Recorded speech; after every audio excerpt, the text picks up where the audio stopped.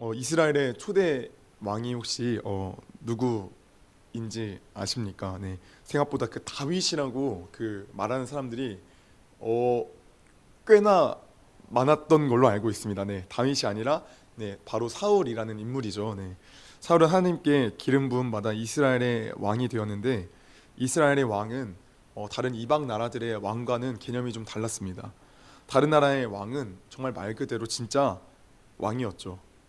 그런데 이스라엘의 진정한 왕은 인간 왕이 아니라 바로 하나님이셨기 때문에 인간 왕은 그저 하나님의 뜻에 따라서 백성들을 다스리는 대리 통치자인 거죠. 그래서 인간 왕은 하나님과의 관계가 매우 좋아야 합니다. 그래야 백성들을 하나님의 뜻에 따라 지혜롭고 바르고 올바르게 다스릴 수 있기 때문이죠. 이스라엘 초대왕 사울, 처음에는 하나님의 뜻에 따라 대리 통치자 역할을 잘 감당했습니다. 그런데 시간이 가면 갈수록 자신이 하나님의 대리 통치자라는 사실을 망각했죠. 오히려 자신의 힘과 능력으로 왕이 되었다 착각하면서 참 잘못된 행동을 많이 하였습니다. 그래서 하나님은 정말 많이 그 사울에게 돌이킬 기회를 허락하셨지만 끝내 그가 돌이키지 않자 다른 왕을 세우시기로 작정을 하셨죠. 그래서 그 다른 왕, 그 다음의 왕을 누구로 세우시냐면 바로 우리가 잘 아는 다윗을 세우시기로 작정을 하셨죠. 하나님은 사울에게 하셨던 것과 같이 다윗에게도 선지자를 보내서 그의 머리에 기름을 부어 왕으로 삼으셨습니다. 물론 그렇다고 해서 바로 다윗이 왕이 된 것은 아니죠. 왕으로 점 찍어 놓으신 것뿐이지 여전히 다윗은 일개 시민이었습니다. 하나님의 때가 되면 자연히 다윗은 왕이 될 겁니다. 그런데 다윗이 왕이 되는 과정은 순탄치가 않았습니다. 골리앗 사건을 잘 아실 겁니다. 키가 거의 3m에 해당하는 블레셋 거인을 물맷돌 하나로 쓰러뜨린 그런 사건이죠.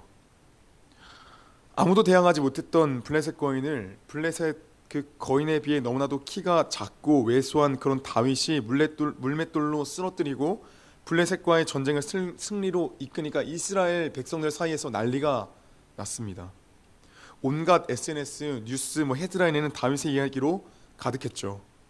다윗의 인기는 이스라엘에서 하늘을 찌를 것만 같았습니다. 다윗의 인기를 보여주듯 이스라엘에는 한 가지 노래가 유행을 했는데 가사가 어떠했냐면 이러하였죠. 사울이 죽인 자는 천천히요 다윗이 죽인 자는 만만히로다. 사울이 이 노래를 듣고 기분이 어떠하였을까요? 자신의 부하가 칭찬을 받으니까 좋아해야 하는 게 일반적인 어떤 상식인데 그렇지 않고 사울은 굉장히 기분이 언짢아했죠. 왜냐하면 저 다윗이란 놈은 자기가 봐도 능력이 좋은 것 같아요. 그리고 또 엄청난 공을 세웠어요. 그러니까 저놈이 자신의 왕의 자리를 빼앗을 수 있다라고 지금 생각을 했던 거죠. 이때부터 사울은 다윗에게 위기감을 느끼기 시작했고 동시에 다윗을 죽이기로 결심을 했습니다. 사울이 자신을 죽이려 한다는 소식을 다윗이 듣게 되었고 곧바로 다윗은 도망쳤습니다. 다윗이 눈앞에서 사라졌으면 이제 좀 잊고 사울도 그냥 자기 할 일 하면서 살 법도 한데 사울이 어떻게 행동하였죠? 아예 다윗을 죽여야 좀 마음이 좀 편해지는 것 같아요. 그래서 군대를 보내서 다윗을 추적하게 합니다. 그렇게 다윗과 사울의 기나긴 이 술래잡기가 시작이 되었습니다. 물론 이렇게 질문할 수 있죠. 아예 쫓아봤자 당시 위치 추적기가 있는 것도 아닌데 어떻게 추적을 합니까? 라고 질문을 할 수도 있을 것 같습니다. 그런데 당시 다윗이 도망 다녔던 면적은 우리 동네로 치면은 딱 어느 정도 영토였냐면은 수리산역부터 삼분역 그리고 금정역, 군포역, 당정역 이 바운더리 정도인 거예요. 아무리 많이 쳐도 이 군포 아닌 거예요. 이 안에서 3천 명의 사람들에게 지금 쫓겨서 몇 년간을 도망 다녔던 겁니다. 한번 스스로가 다윗이라고 가정하고 생각해 보면 이거는 쉽지 않은 겁니다. 왜냐하면 밤에 이건 잠도 못 자고 좀 씻을 수 없고 이거 못 하는 겁니다. 잡히면은 그냥 단순히 술래잡기처럼 잡히면 다 바통 터치하는 게 아니라 그냥 잡히면 죽는 거니까 이거는 목숨이 왔다 갔다 하는 상황에서 잠도 못 자고 씻을 수도 없는 거죠. 아무것도 할 수 없는 그런 상황인 겁니다. 여러분, 나 자신이 다윗이라면 어떨 것 같나요? 솔직히 누구를 가장 죽이고 싶을까요? 사울을 죽이고 싶지 않을까요? 사울만 죽이면 모든 게 다 끝이 납니다. 사울만 죽으면 맘 편히 잠도 잘 수 있고 그리고 밥도 먹을 수 있고 씻을 수도 있고 또 그것뿐입니까?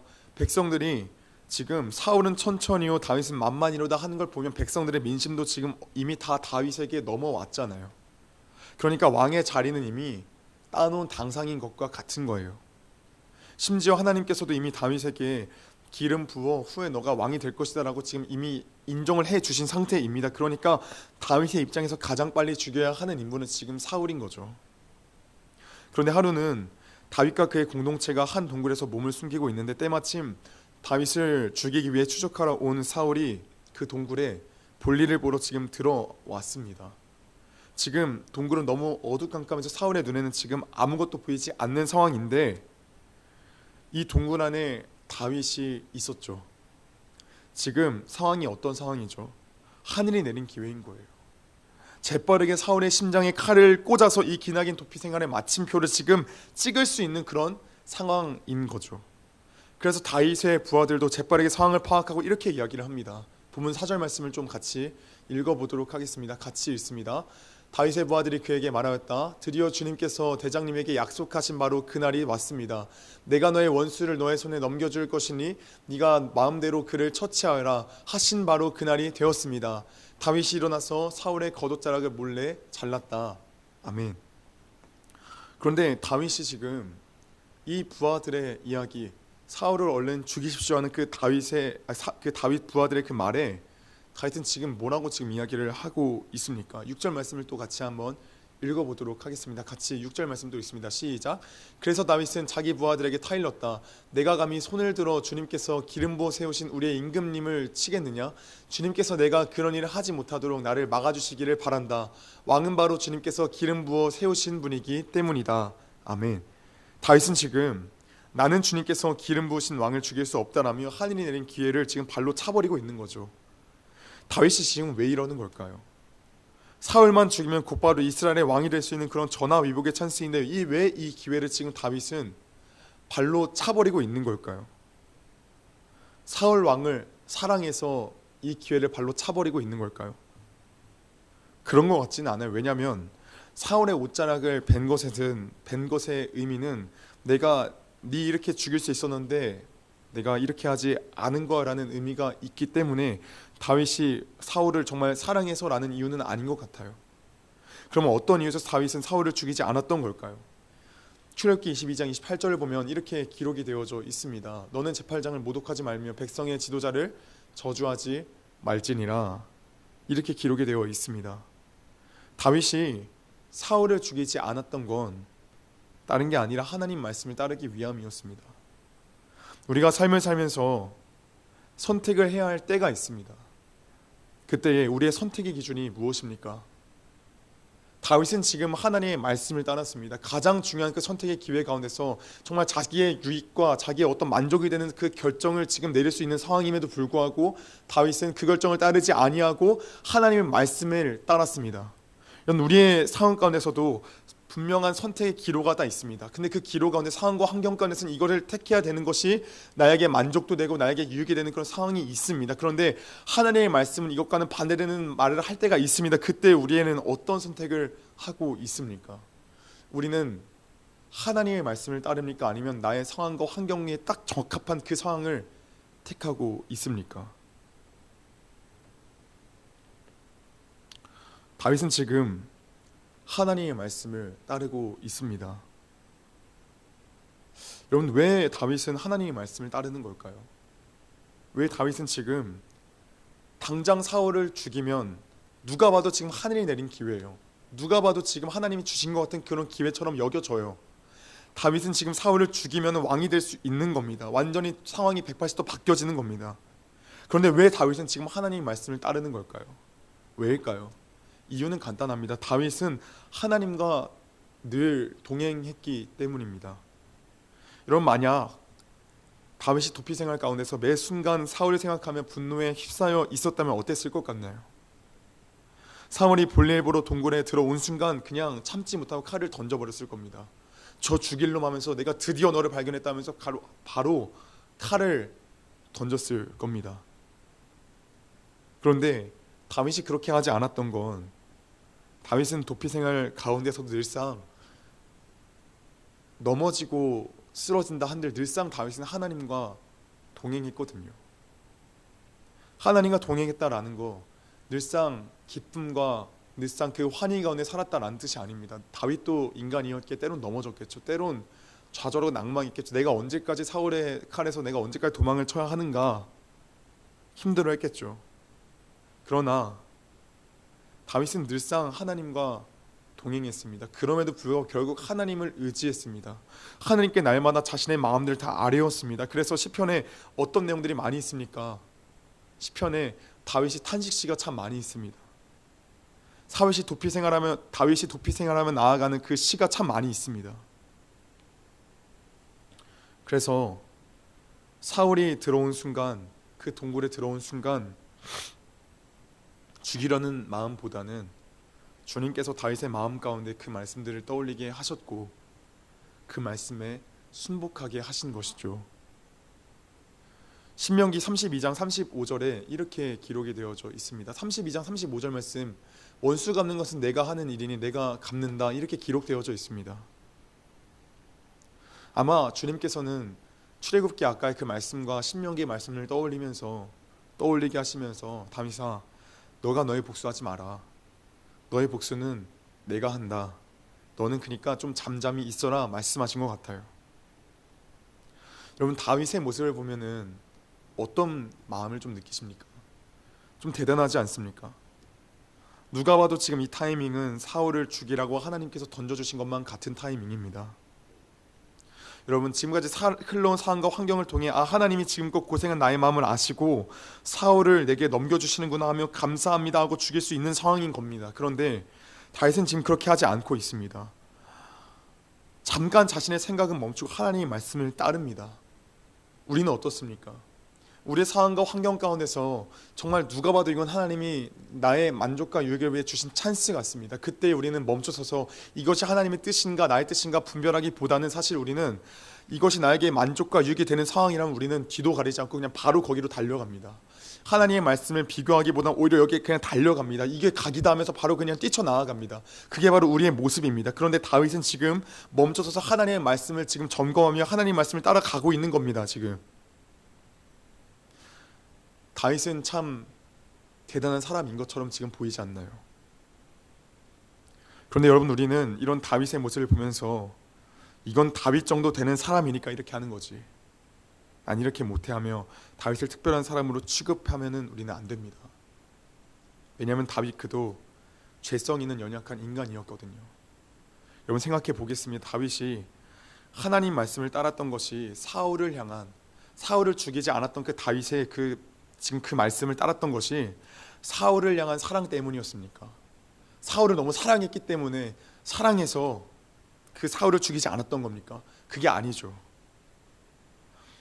다윗이 하나님 말씀을 따랐던 건 하나님과 동행하는, 하나님을 사랑하는 자였기에 하나님 마음에 동조했을 뿐이지 사울을 사랑했기 때문이 아니에요. 예수님께서 우리에게 뭐라 말씀하셨습니까? 원수를 사랑하라 말씀하셨습니다. 그런데 그 대단한 다윗도 원수를 온전히 사랑하지 못했던 거예요. 그냥 하나님께서 사울을 해치지 말라라고 말씀을 통해 말씀하시니까 그냥 거기에 예하면서 하나님이 옳으십니다 하면서 그냥 그 마음을 억누르며 그냥 순복했던 거예요. 그래서 다윗이 일전에 사울의 아들 요나단에게 뭐라 말하는지 아십니까? 사무엘상 20장 1절 말씀을 같이 읽어보면 이렇게 기록되어져 있어요. 같이 한번 읽어보도록 하겠습니다. 읽습니다. 다윗은 요나단에게 가서 이렇게 물었습니다. 내가 무슨 잘못을 했나? 내 죄가 무엇인가? 내가 자네 아버지에게 무슨 잘못을 저질렀기에 자네 아버지가 나를 죽이려고 하는가? 여러분, 이 말에서 다윗의 분노와 원망이 좀 느껴지지 않습니까? 다윗은 원수 사울을 사랑하지 못했어요. 다윗뿐만 아니라 사실 인간은 원수를 사랑할 수가 없는 존재입니다. 원수를 사랑한다라는 그 개념 자체가 성립이 안 됩니다. 다윗도 얼핏 보기엔 참 대단한 것 같아요. 멈춰서서 사울을 죽일 수 있었지만 죽이지 않았다, 하나님 말씀에 순종했다, 참 대단하다 이렇게 보일 수 있지만 사실 따져보면 다윗 그도 연약한 인간이었다라는 거예요. 그런데 여러분, 그거 아십니까? 그 유명한 다윗도 하지 못했던 그 원수를 전심으로 사랑하는 것, 사울과도 같은 철천지 원수를 전심으로 사랑했던 분이 계시다라는 거예요. 그게 누굽니까? 예수님이죠. 예수님이죠. 여러분, 우리의 존재 자체가 예수님께 어떤 존재죠? 마치 사울과도 같지 않습니까? 사울과도 같지 않나요? 사울이 다윗을 어떻게 하려 했죠? 죽이려 했죠. 여러분, 우리도 그 예수를 매 순간 죽이려 하지 않습니까? 전사님, 전 예수를 안 죽였는데요. 2000년 전에 저는 없었는데요. 라고 혹시나 말하는 지체가 있으시다면 제가 빠르고 간략하게 증명해 드리겠습니다. 예수님께 십자가에서 왜 죽으셨죠? 우리의 죄 때문에 죽으셨죠. 그런데 우리가 날마다 그 은혜를 알고도 죄를 향해 뛰쳐갑니까? 아니면 하나님을 향해 뛰쳐갑니까? 우린 늘상 죄를 향해 뛰쳐가는 그런 존재죠. 그럼 이게 뭐냐면 예수님을 다시금 십자가 못 박는 행동이죠. 그쵸? 우리는 예수님께 사울과도 같은 자예요. 우린 날마다 예수를 사랑하고 살리려는 사람보다 오히려 사울과도 같이 그 예수를 죽이려 하고 핍박하는 그런 존재들입니다. 근데 우리 앞에서 이야기했습니다. 사울은 완전히 미친 것 같아요. 사실 사울의 모습을 보면은. 왜냐하면은 자기를 충직한 그런 신하를, 정말 용감한 그 다윗을 어떻게 그냥 자기한테 위협이 될 거라 혼자 착각하면서 뇌피셜로 하면서 어떻게 그를 죽일 수 있습니까? 완전 이건 도라방스죠. 그렇죠? 완전 돌아버린 거죠. 그런데 우리가 하나님 앞에서 완전 어떤 자들과 같다고요? 사울과도 같이 미친 사람들 같다고요. 여러분, 사울이 무엇을 상실했죠? 진짜 왕은 하나님이시고 나는 그저 하나님의 대리통치자라는 사실을 인정했습니까? 아니면은 하나님이 무슨 왕이야, 내가 왕이지 했습니까? 내가 왕이지 했잖아요. 여러분, 우리는 어떻죠? 사울과도 같이 내 진정한 왕은 하나님이시고 그 하나님의 통치를 받아야 하는 존재임을 인정하며 살기보다는 우리는 사울과도 같이 하나님의 통치를 거절하고 내가 진짜 왕이라면서 날마다 하나님께, 예수님께 반역하며 나아가는 게 바로 우리의 존재이죠. 여러분, 그런데 그 예수님이 사울과도 같이 매 순간 당신을 죽이려 하는 그 우리를 어떻게 하셨죠? 전심으로 사랑하셨어요.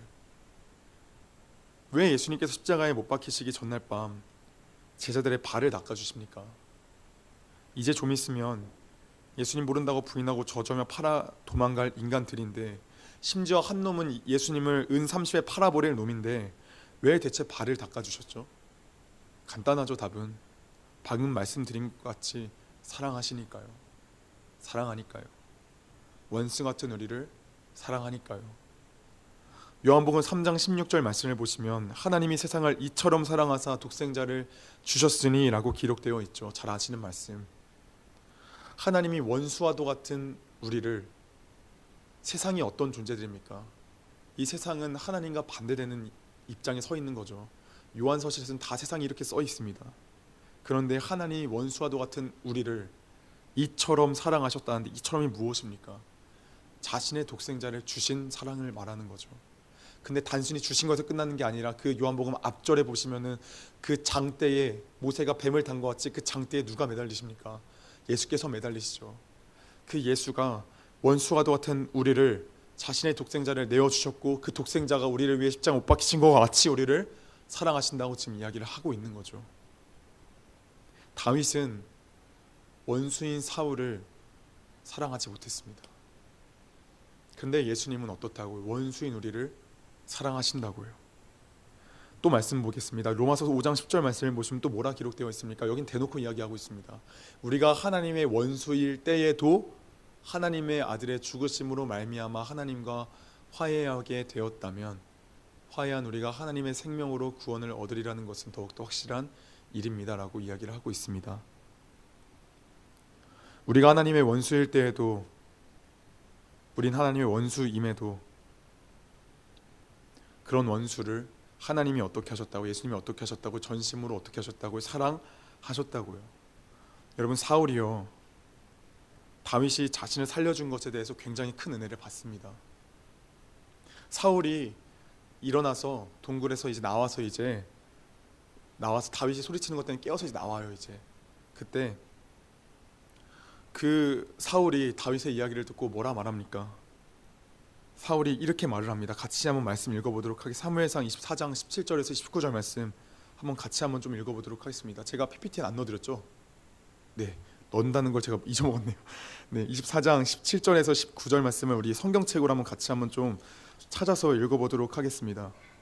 같이 한번 읽습니다. 다윗에게 이르되 나는 너를 학대하되 너는 나를 선대하니 너는 나보다 의롭도다. 네가 나 선대한 것을 오늘 나타냈나니 여호와께서 나를 내 손에 넘기셨으나 네가 나를 죽이지 아니하였도다. 사람이 그의 원수를 만나면 그를 평안히 가게 하겠느냐. 네가 오늘 내게 행한 일로 말미암아 여호와께서 내게 선으로 갚으시기를 원하노라. 아멘. 여러분 새번역 성경에서 보면은 이 사울이 19절에 뭐라 말하면 도대체 누가 자기의 원수를 붙잡고서도 무사히 제 길을 가도록 놓아주겠느냐라고 이야기를 합니다. 여러분 도대체 누가 자기의 원수를 붙잡고서도 무사히 제 길을 가도록 놓아주었습니까? 사울은 다윗이 자신을 사랑하지 않고 하나님 말씀에 순복하여서 그를 살려준 그 자체만으로 감동을 했는데 여러분 도대체 누가 자기의 원수를 붙잡고서 그를 사랑하여서 그를 내주었습니까? 예수님이요. 예수님이요.